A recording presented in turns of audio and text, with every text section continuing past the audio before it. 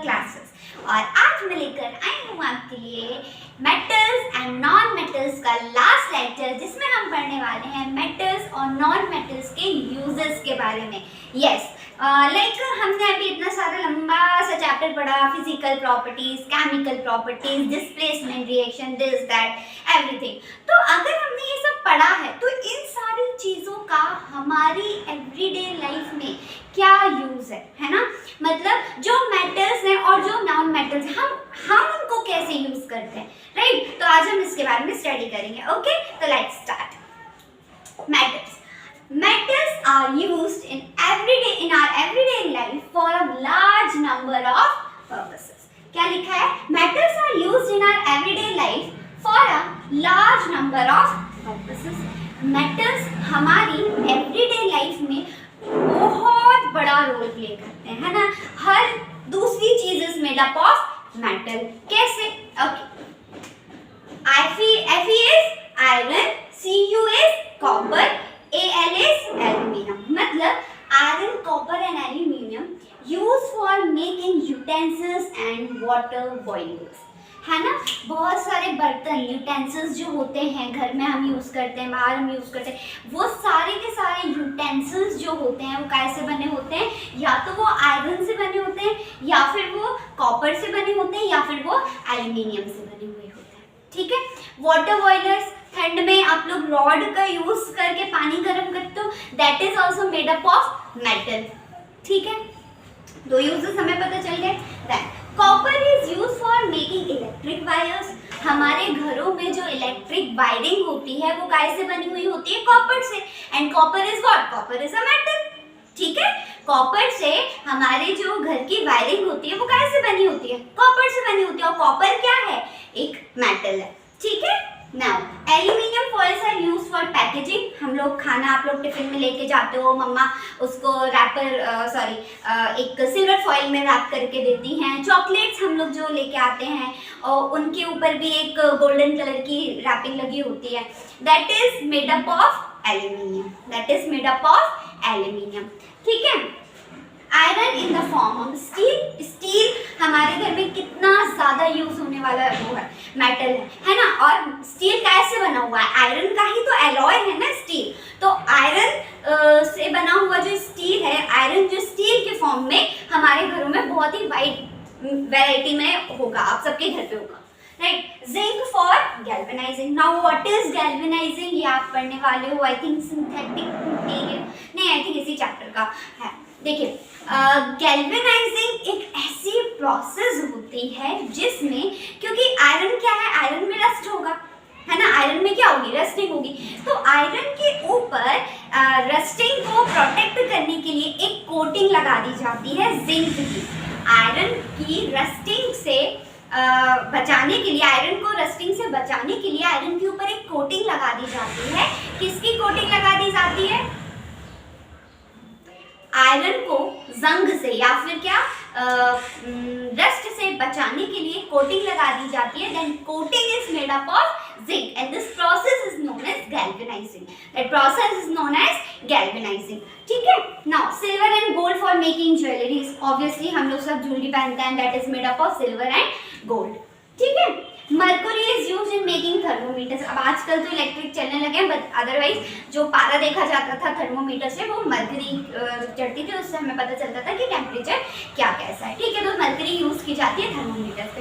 तो these all are the uses of metals. Repeat करेंगे, iron हो गया, कॉपर हो गया, एल्यूमिनियम हो गए, बहुत सारे हमारे घरों में यूज होने वाले यूटेंसिल्स में यूज किया जाता है। प्लस जो हम लोग वाटर बॉयलर्स के लिए जो रॉड यूज करते हैं ठंड में पानी वगैरह गर्म करने के लिए, वो भी इनसे बनी हुई होती है।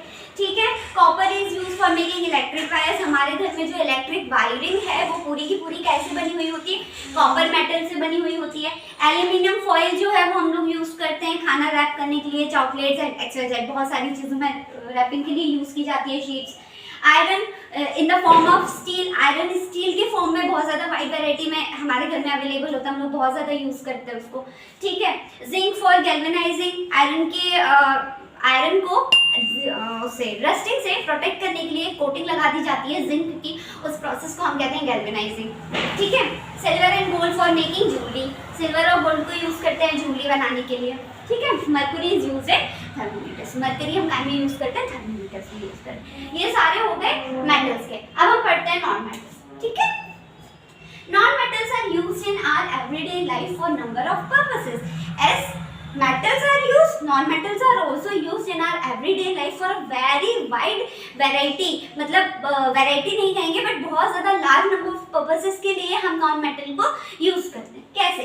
सबसे पहले ऑक्सीजन ब्रीथिंग पर्पस, ब्रीथ नहीं करोगे तो जिंदा कैसे रहोगे, है ना। And oxygen is a non metal in the form of gas.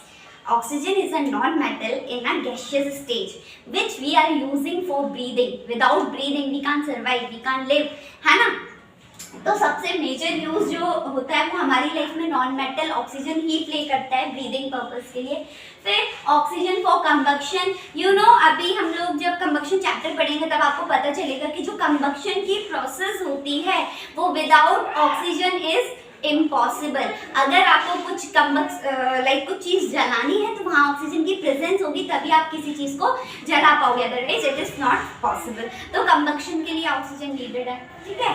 Nitrogen for soil fertility, अगर सॉइल फर्टाइल नहीं होगी तो हम क्रॉप कहाँ पे उगाएंगे। हमने लाइक क्रॉप प्रोडक्शन आप लोग पढ़ चुके होंगे, उसमें आपने पढ़ा होगा नाइट्रोजन साइकिल। जब नाइट्रोजन फिक्स करती है फील्ड में मतलब राइजोबियम बैक्टीरिया जो होता है नाइट्रोजन को फिक्स करता है, सॉइल फर्टिलिटी। तो नाइट्रोजन नहीं होगा तो सॉइल फर्टिलिटी नहीं होगी, सॉइल फर्टाइल नहीं होगी तो हमारे जो क्रॉप्स की यील्ड है वो अच्छी नहीं होगी। क्रॉप्स की यील्ड नहीं अच्छी होगी तो हमें खाना नहीं मिलेगा। तो सॉइल फर्टिलिटी के लिए कौन रिस्पॉन्सिबल है? नाइट्रोजन रिस्पॉन्सिबल है। नाइट्रोजन क्या है?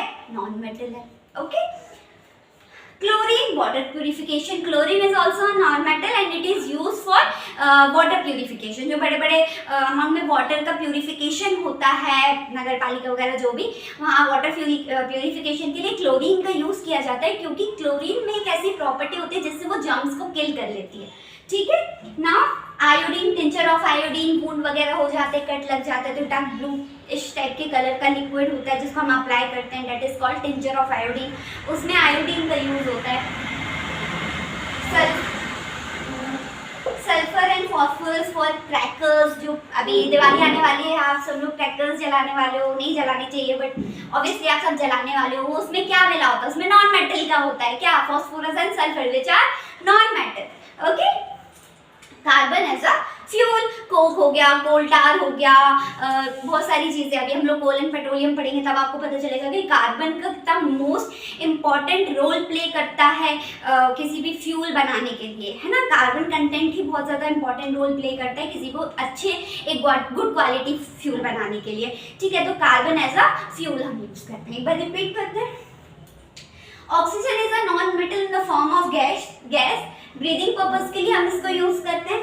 फिर ऑक्सीजन को कंबक्शन के लिए भी हमें ऑक्सीजन नीडेड होती है, without that we can't flame any fuel. Nitrogen for soil fertility, nitrogen नहीं होगी सॉइल फर्टाइल नहीं होगी, सॉइल फर्टाइल नहीं होगी, क्रॉप की यील्ड अच्छी नहीं होगी, यील्ड अच्छी नहीं होगी तो क्या खाएंगे।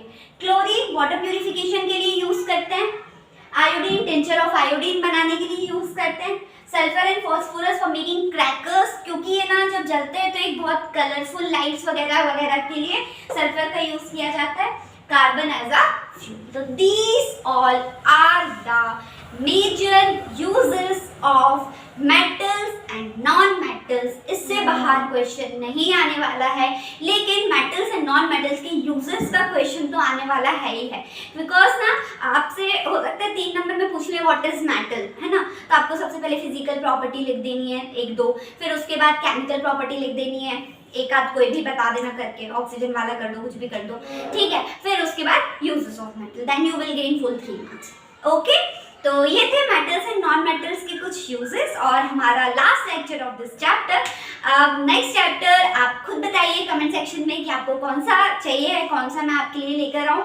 एंड प्लीज़ अगर आपको ये लेक्चर पसंद आया हो तो अपने फ्रेंड्स के साथ भी इसको शेयर कीजिए, कमेंट कीजिए, लाइक कीजिए, सब्सक्राइब कीजिए। Thank you so much.